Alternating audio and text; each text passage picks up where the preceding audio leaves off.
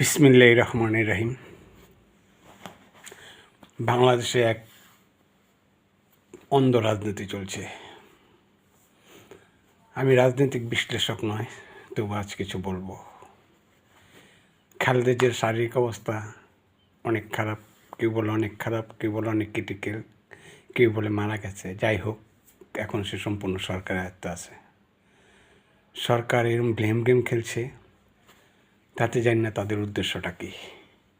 তারেক জিয়া দেশে রওনা দিয়ে দিছে এবং তারেক জিয়া এভারকেয়ার হসপিটালে ডাইরেক্ট এখানে আসবে।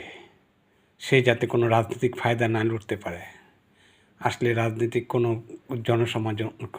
জনসমাগম না হয়, এই জন্য সরকার তার আসতে, সে যে আসতেছে এটা সম্পূর্ণভাবে অস্বীকার করতে হচ্ছে। সরকার সব জানে, সরকার ইচ্ছে করে তার এই আগমনকে জনগণকে জানাচ্ছে না এবং দলকেও বলা হচ্ছে কোনো জানানো হবে না। অর্থাৎ আপনারা ধরতে পারেন টোটাল বিএনপি মাইনাস। এখন খেলা কী হবে এটা সরকারই জানে, একমাত্র আল্লাহ জানে। এই বলে আমি আমার বক্তব্য শেষ করলাম।